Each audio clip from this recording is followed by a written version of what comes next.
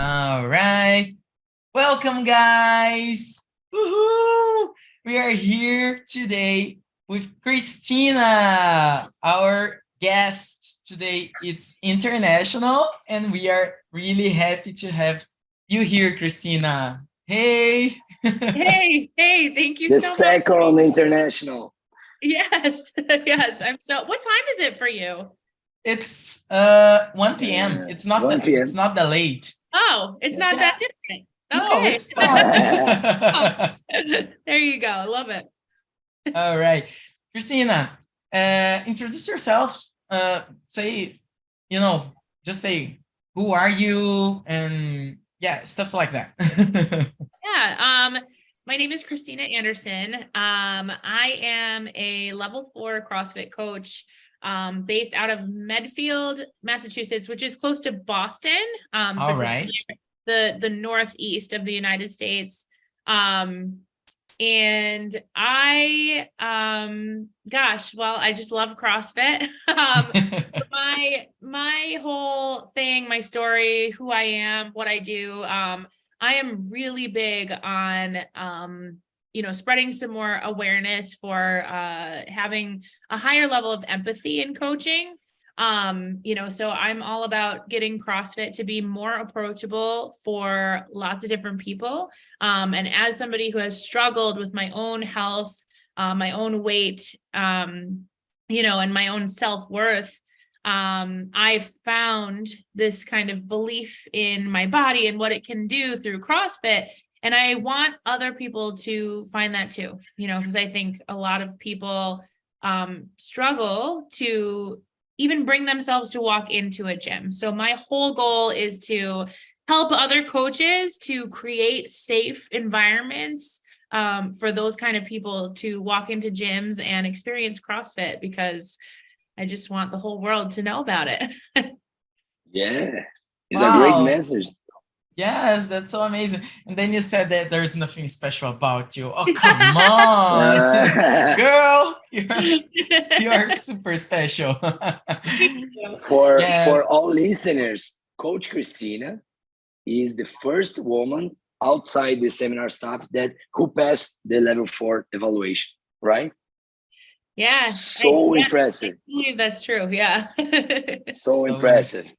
Thank you. Thank you. Hold that thought. We're going to talk about that. But first, we have this tradition here at our podcast, and it's called Random Questions. I'm going to ask you something, and then you're going to answer me. All right. So it's very random. It's not about CrossFit. It could be anything, Okay. We say that CrossFit prepares for life, right? It's true. Let's see. Are you ready? I'm ready. All right. Christina, first one, easy. Which language would you like to learn to speak? Oh, man. That's a good question. I think,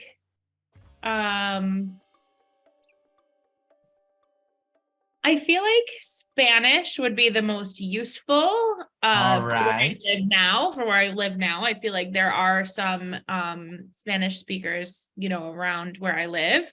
But I think that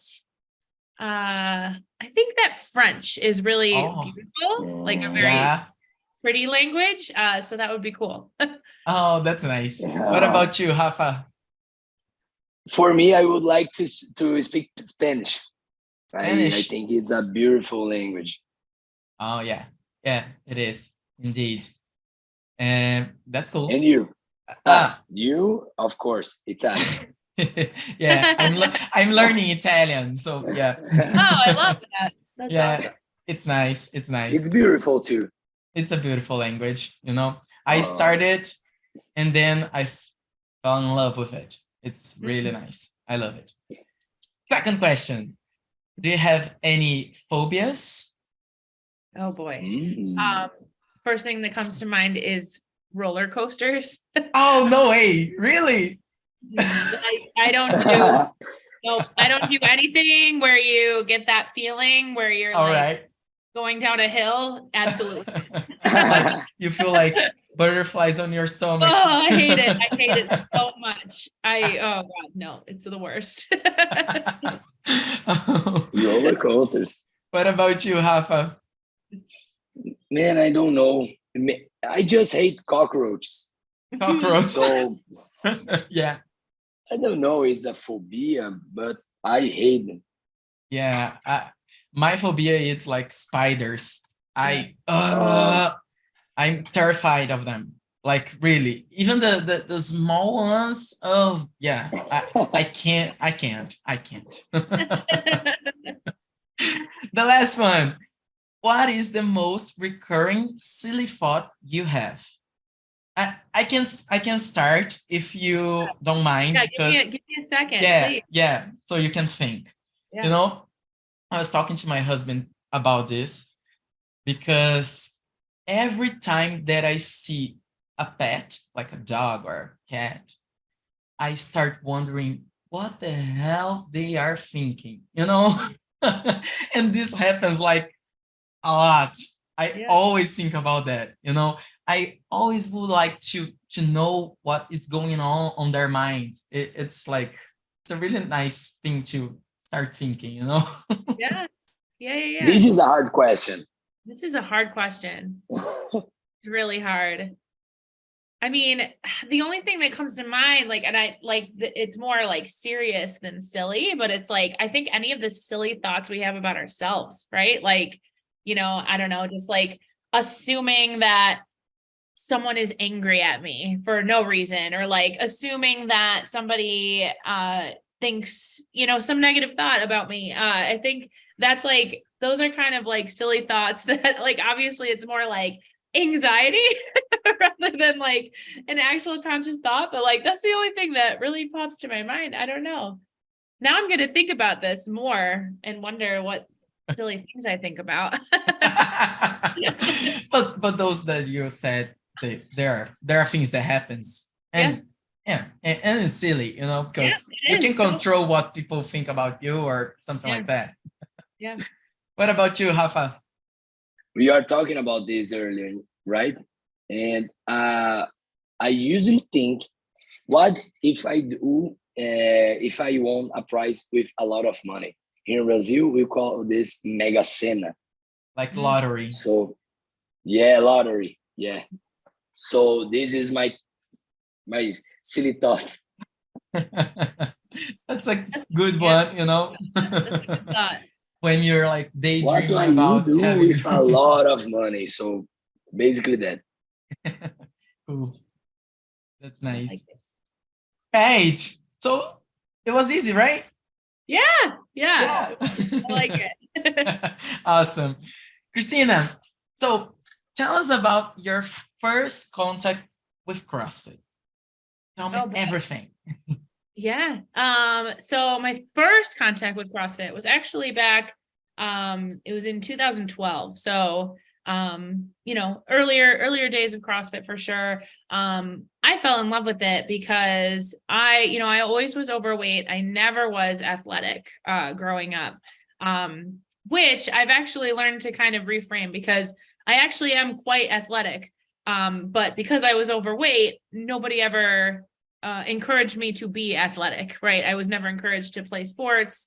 I was in the band. So I just, just never did anything with my fitness. And so there were many times throughout my life that I went on cycles of like trying to lose weight and trying to be on a diet and trying to go to the gym. And when I found CrossFit, it made sense. It just was like, I just remember being so fascinated with programming and looking at workouts and, coming out of a workout at the end of it. And like, sometimes you do the math and you realize like, wow, I just did 200 squats, and you don't even realize that you did all of that work because of the way the workouts are designed. And so it really just intrigued me. And it was the first thing that kept me, interested in staying fit. And so I got really into it.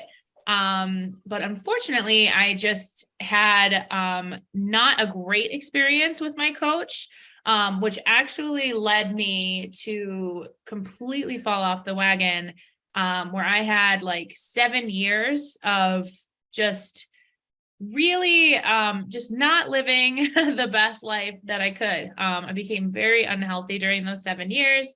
I gained about 145 pounds during that time, and got as far away from any gym as I possibly could. But all the while, I was still like super into CrossFit. Like I would be watching videos of the CrossFit games on YouTube. And I'd be like eating a pint of ice cream while I was doing it. But I was like, I just was so fascinated by CrossFit. I always had been. And so finally, after I have 2 kids. So after I had my first daughter, I just sort of had this moment where I was like, now's the time. Like I'm ready to go back. And so I went back to CrossFit and I haven't looked back since. And so that's really like, that's why I coach. That's like my whole thing is like based upon this, actually quite negative experience that I had in the beginning. I want to do whatever I can to prevent anything like that happening to anybody else who's trying to find, getting healthy and fitness. Yeah, awesome. That's a nice story. I would never thought about that. That's Yeah. nice. Yeah. And when did you have your first child? 2017. She was born. 2017. Yep. All right. Oh, Mhm. so since 2017, you're back to CrossFit. Yep. Yeah, Cool. I started with personal training. So going to a gym was, we talked about phobias earlier. Mhm. That's a phobia of mine. Like I was terrified to go back to the gym. How much weight I had gained, how many skills that I had lost. Because I was a pretty good athlete when I started CrossFit. I'm strong. And so anytime there was a barbell involved, I did well in workouts. And, I was so afraid to go back. I was afraid to run into my old coach. I was afraid to be judged. There was just so much fear there. So I started with personal training, with a coach that I trusted, and I did it 2 days a week. And I did that for about a year before I finally got the confidence and the comfort to be able to become a member at the gym. And that was like a really big deal for me. So, people say that they're afraid to go to gyms. Like I've been there. Like I totally get it. I've lived that. And so, it kind of built from there. Then I became a member. And then I think the very last kind of cherry on top of me healing from my bad experience was that I decided to take my level 1 because it was something that I always wanted to do. And I never got around to it, just with everything that went on. So I decided that now was the time. And so I took my level 1 in early 2020. Wow. One of my questions would be exactly like that. Where did that desire to become like a level 1 training came from? So that's amazing. Yeah. Wow. Wow. That's so nice. No, we think about getting healthy and look for a place that is safe for people. And we can never imagine that. I mean, we know that these places are a bit scary for some people, right? But those places are meant to be for everyone, right? So we have to have people who can work with everybody and can understand the special needs that everybody has, right? So I think that's very important. And I'm sorry that you had a bad experience in a place that you loved so much, right? Yeah. Oh, that's nice. Wow. I'm getting a little bit emotional right now, because it's true. Yeah. So you became a level 1 trainer in 2018, right? 2020. 2020. Yeah, Yeah. Yep. 2020. So Early pandemics. Yeah, right. Oh. Literally right before Mm. things shut down for us. So Mm. my level 1 seminar was on March 1st, the weekend of March 1st, and we were shut down by the 12th or the 14th. And there was there was no more going outside. So yeah, it was just like right in the nick of time there. Do you remember the team, the seminar stops who are present in your level 1? Do I remember who it was? Yes. yeah. Yes. So Austin Malleolo was the flow master. And then I had a gentleman, Keith Wittenstein. He's known on Instagram as Coach Panda. Coach Panda. Yes, Coach Panda. And then Valerie, I don't know how to say her last name, but Buelo, I don't know. She's from Canada. So talk about somebody who speaks beautiful French. That was her. And then Jared Jordan is his name. He is, I believe he's from like central United States, that kind of area. But yeah, so it was the four of them. And oh my gosh, like that experience completely changed my life. It was just so incredible. It just, man, it like, I just remember walking in and, I had a lot of self-doubt and just kind of like self-limiting beliefs about my body and just like, did I belong there? I still had a very significant amount of weight that I wanted to lose, and I wasn't very comfortable in my body. And so like looking around at a CrossFit seminar, everyone looks really fit. So it was terrifying. And I remember when Austin stood up and said, hey, I'm Austin Malleolo. Welcome to your CrossFit level 1. I was like, oh my gosh, like I shouldn't be here. Like, I don't belong here. He's a CrossFit Games athlete. Like it just was so scary. But then like, as soon as the seminar started, it was just so good. And all of the feelings that I had about CrossFit, about how like it is inclusive and how fitness is not just about what you look like, but like the way that we define fitness in CrossFit is so it's just so motivating to realize like, wow, we are capable of so much. Like human beings are capable of producing so much power in our workouts, and then it carries on into life. And I was just hooked. Like I completely forgot that I didn't think I belonged there because it was just so good. It was an amazing experience. Yeah. Oh, cool. That's so nice. And tell us about your L2, your weekend. Do you remember the feedbacks that you had? Yes. Yeah. So after my level 1, I actually was not able to coach at all because of COVID. And so I decided to move close to the Boston area. There was, a couple opportunities open for me at the time, some really high level coaches around here. And I wanted to learn from the best. I was like very determined to become really, really good. And so I actually ended up taking my level 2 without ever having even coached a class yet, because there was nothing else available. The gyms were shut down.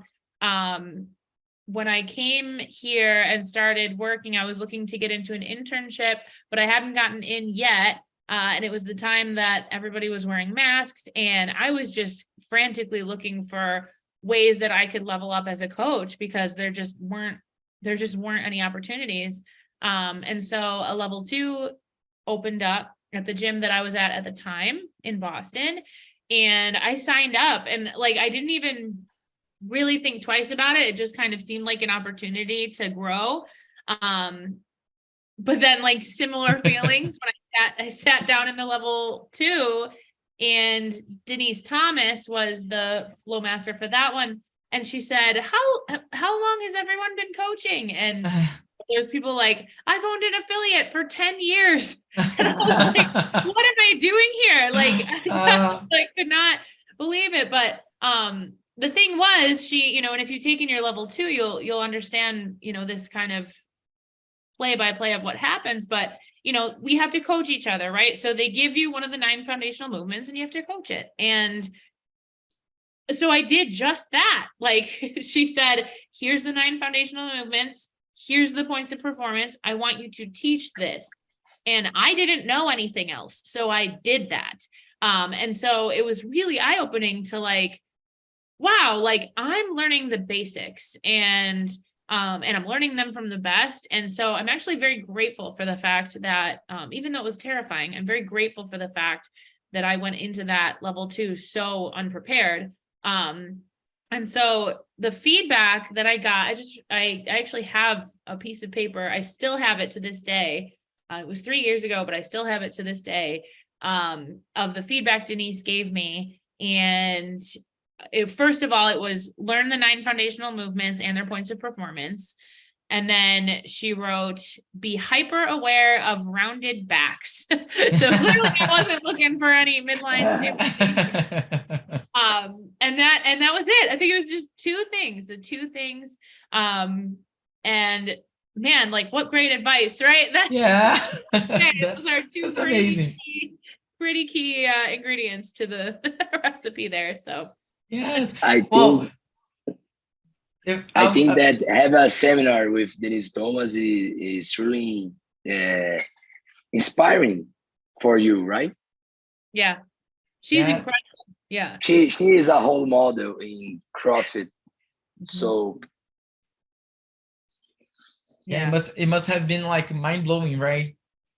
Yeah. I mean, all these people, like I said, I kind of purposely put myself there. But when I first moved to Boston, I mean, I was working alongside Austin Malleolo, James Hobart, Denise Thomas, like multiple members of seminar staff, and just like, I just was like, I'm going to surround myself with the best. That was my goal. I just wanted to be around the best. I think initially it was kind of a defense mechanism because again, I still felt really insecure in my body. I felt like coaches probably don't look like me. So if I'm the best, then it won't matter. And I think that was what that was like my driving force to being so driven. Yeah, totally.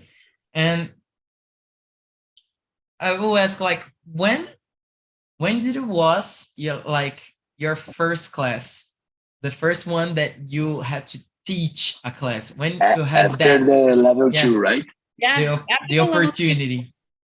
Yeah. So the day after the level 2, I went to Reebok CrossFit One, which is where Denise was coaching at the time. And I started hanging out there and just kind of like watching things. So I would just take notes and just watch. And she would occasionally ask me questions like, oh, like, how would you warm up for this movement? Or, whatever it was. I think it wasn't until like maybe a week later, I started my internship at CrossFit One Nation, which is a gym in the Boston area.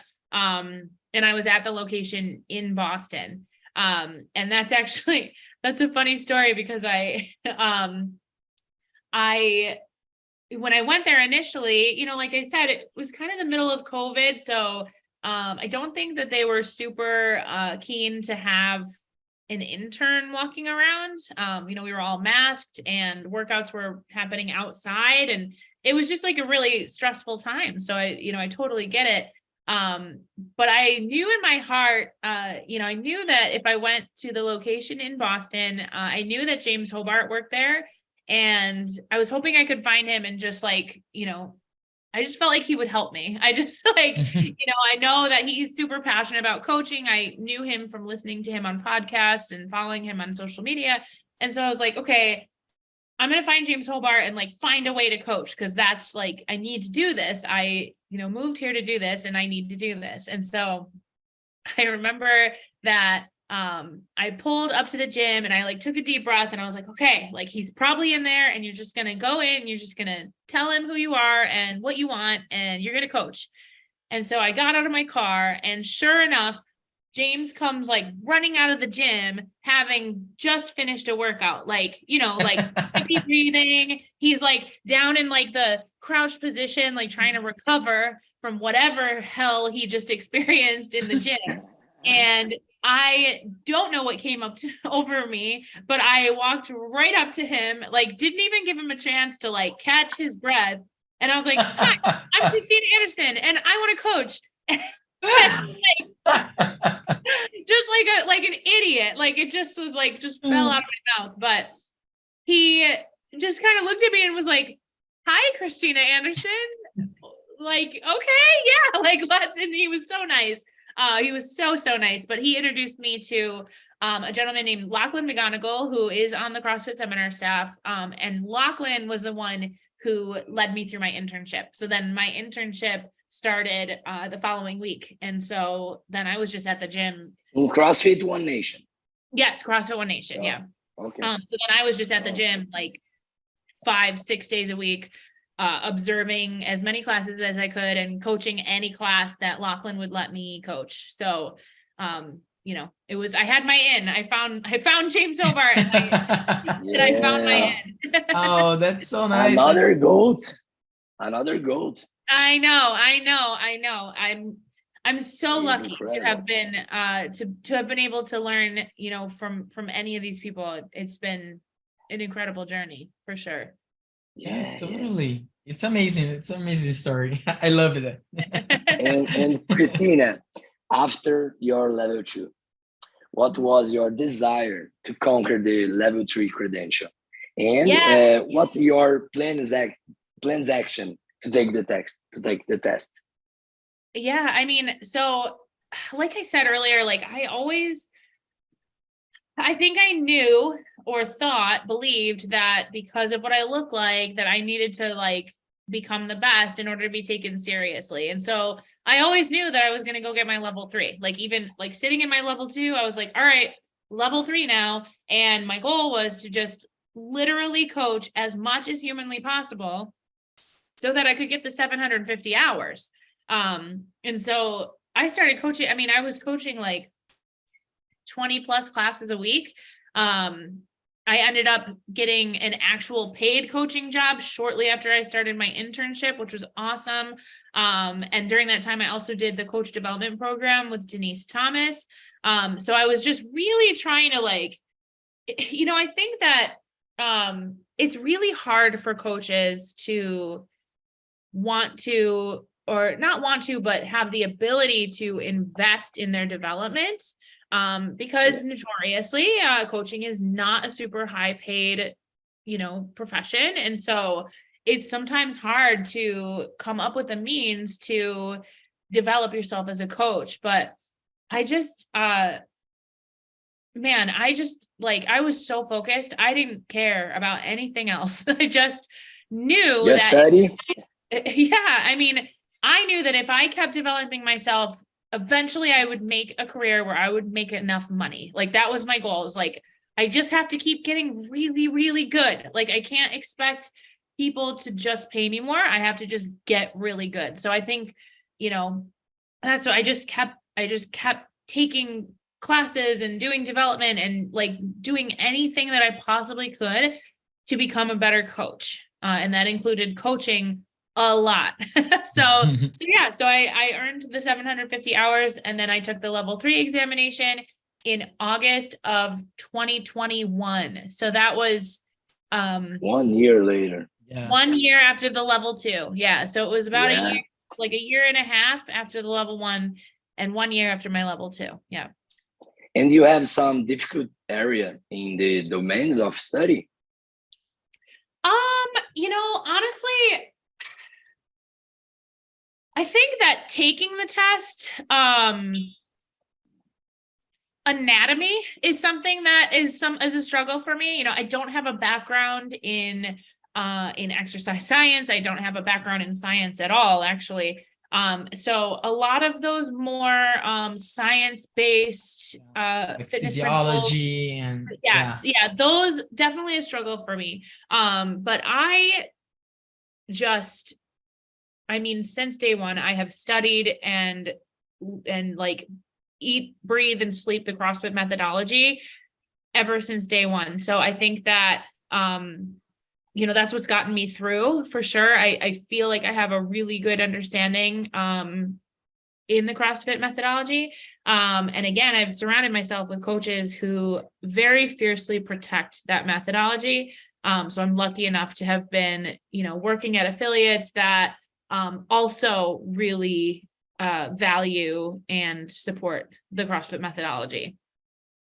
Awesome. Yeah. And Christina,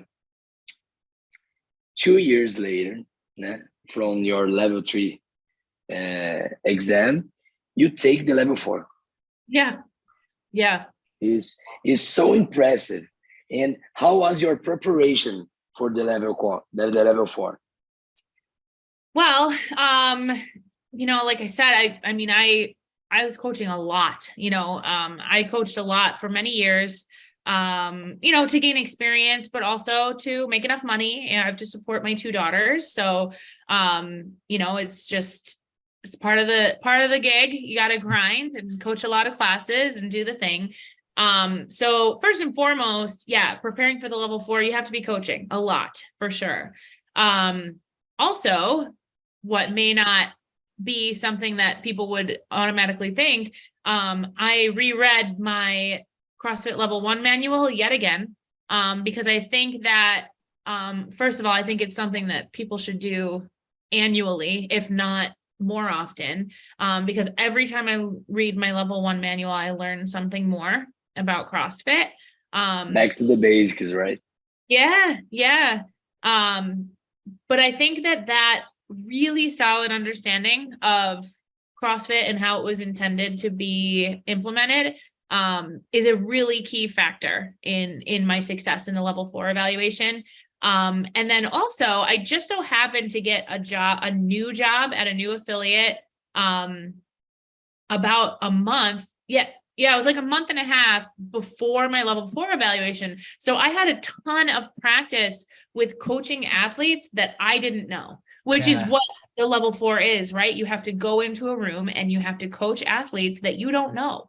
And you have no idea what the circumstances are going to be. You don't know the workout. You don't know anything. You just have to walk in and do it. They give you the workout a couple of days in advance, but up until that point, you know nothing, and you have to just go in and do the thing and run an effective class. So I had a lot of practice with meeting my new members and, seeing how different people move, because I think that when we get in our little comfort zone in our affiliates, we don't have to ask about injuries at the whiteboard because we saw Charlie yesterday. You know the people, right? Yeah, and which also, though, isn't necessarily true because you have no idea what Charlie did last night. So, it's like, but it's really eye-opening to realize, like, when you get in that comfort zone, you can definitely get stuck in just kind of going through the motions, and not have that added challenge of having to scale people based on what you see happening in front of you live. And so that was a huge preparation for me, as well. That's nice. We talked to Pedro Pereira. Yeah, we did. And he said exactly the same thing. He said that he had the opportunity to teach some people that he never met before. That was the part of his preparation. So even on his own box, because he doesn't teach like during the noon, so he doesn't know the people. So he had this opportunity, and then he went to another box. So I think that's a really real thing to what is gonna happen at the time of the test, right? Yeah. I asked it, Christina, I asked it to you, it's some difficult area in the level 3, in the domains. In the level 4 evaluation, do you get the feedback from teaching, seeing, correcting, application? Some of these domains, do you have some struggle? Well, because I passed, I got no feedback. So I actually have no idea. Before to take the test, What's because that? what I need to know, what were Oh, your before. main sensations and thoughts minutes before your class? Yeah. So again, I feel like I always go back to that kind of self-doubt space in my head where I'm like, Yeah. I have only been a coach for 3 years. What do I think that I'm doing here? Like, I mean, level 4 coaches, like, I mean, they're they're the best of the best. They're, incredible. Um, and so I kind of had to tell Shut myself, down. Shut down that inner saboteur, right? Because yeah, come on. yeah, Yeah. yeah. It's huge, right? But I was like, you know what? I'm going to go in there, and my goal is to walk away having coached the best class of my life. And if I fail, then I'm just not ready. And that's okay. But I want to be able to walk into it and feel like I I coached the hell out of that class. And for one of those classes, I did. I felt really good. The second one, I didn't feel as good, but clearly it was okay. I just remember that kind of like very abrupt shift from coaching one workout to coaching another workout, and there was really very little time in between. That was challenging. It was a really challenging evaluation for sure.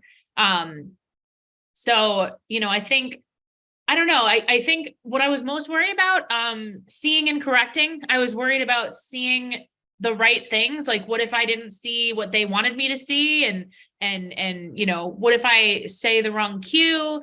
And so, but I think that when I went into it, and I've told others who've gone into this as well, you just have to coach what you see.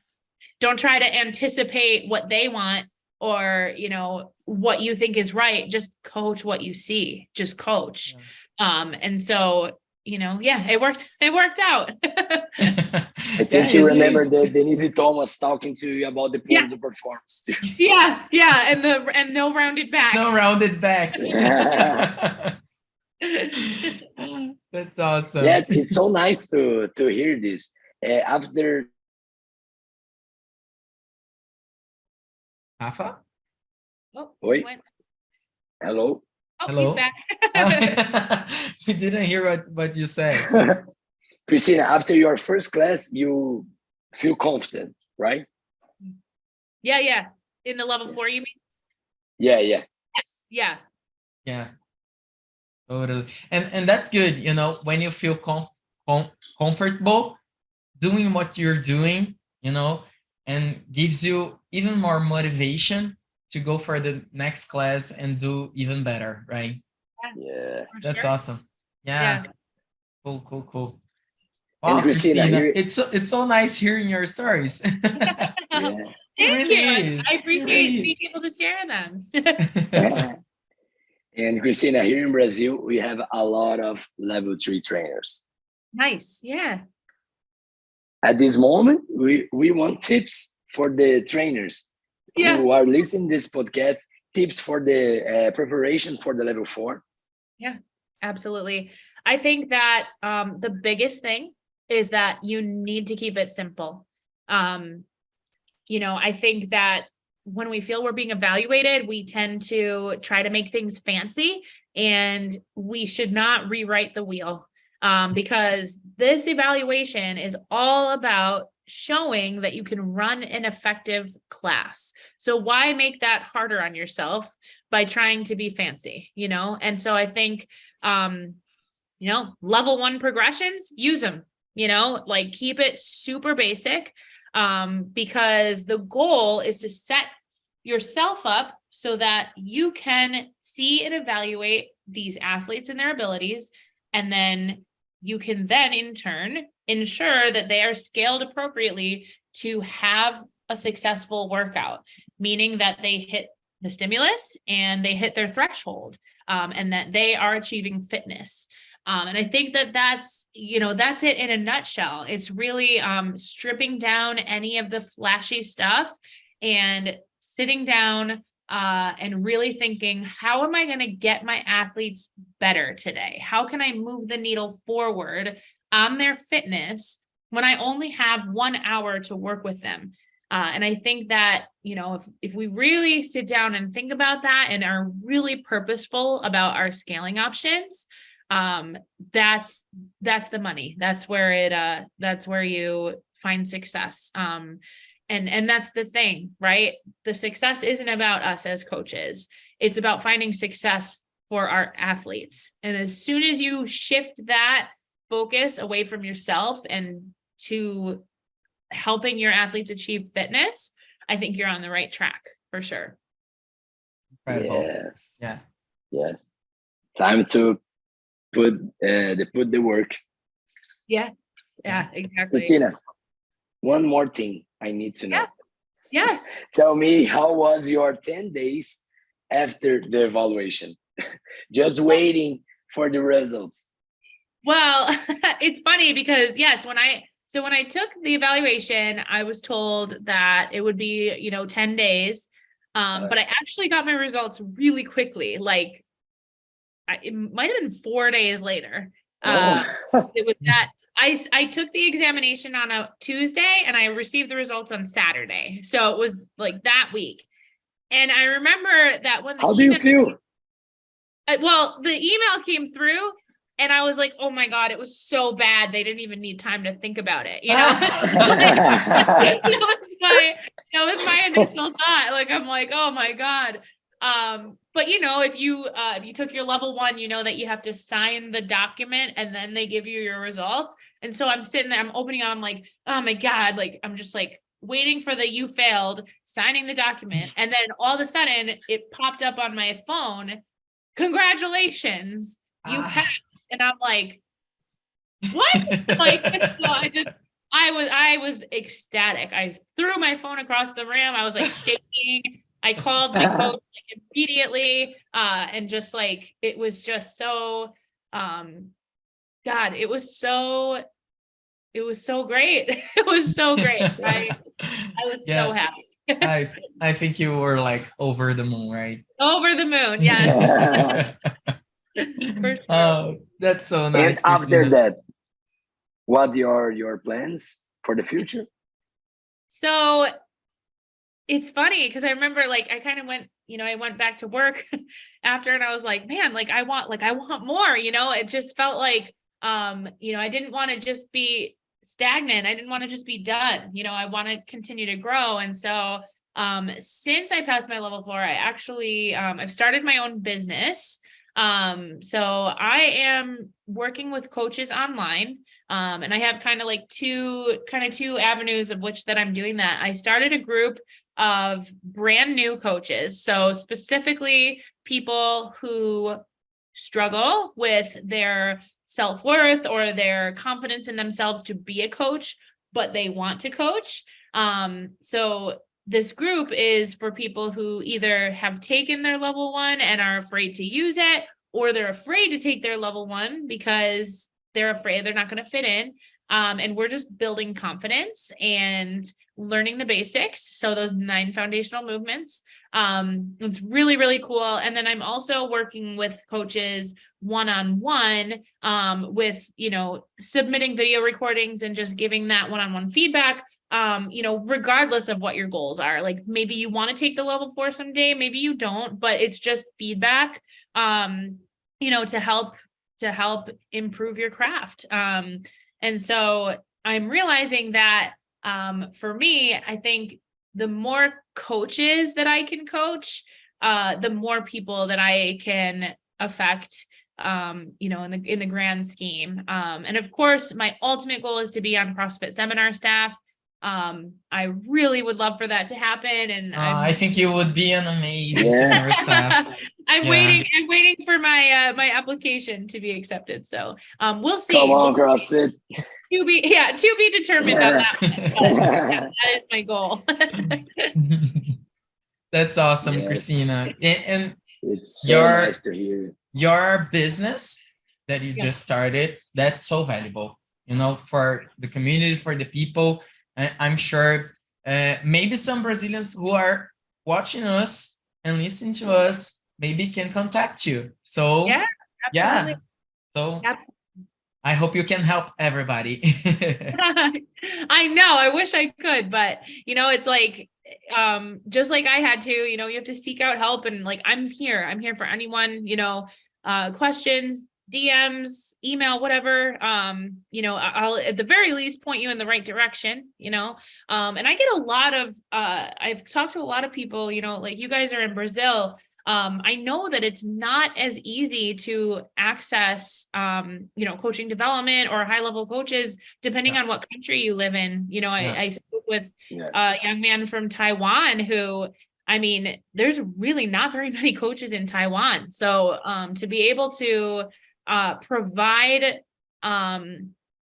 development that can be done remotely, I think it's really great for people that don't necessarily have the access that I do to so many coaches right in my backyard. So whatever I can do to help. Yeah, sure. And it's amazing. Thank you. Thank you. Yes, of course. Yeah. So that's it, Christina. We are My so happy. pleasure. That was nice. The time you took to sit here with us and talk to us and tell all your stories. That's something that we have to thank you a lot. Really. Oh, of Thank you, course. Christina. Of course. Anytime. You guys are great. I love it. That's so nice. Okay, guys, that's it. I hope you enjoyed our guest today. And yeah, maybe we can call you for more next time. Yeah, absolutely. What about that? Part two. Yeah. Talking That's about it. your project. Just Yeah, as there you go. episode for this. Yeah. There you go. Yeah. All right, then. That's it, guys. Thank you for listening, and we'll be back on the next one. See you.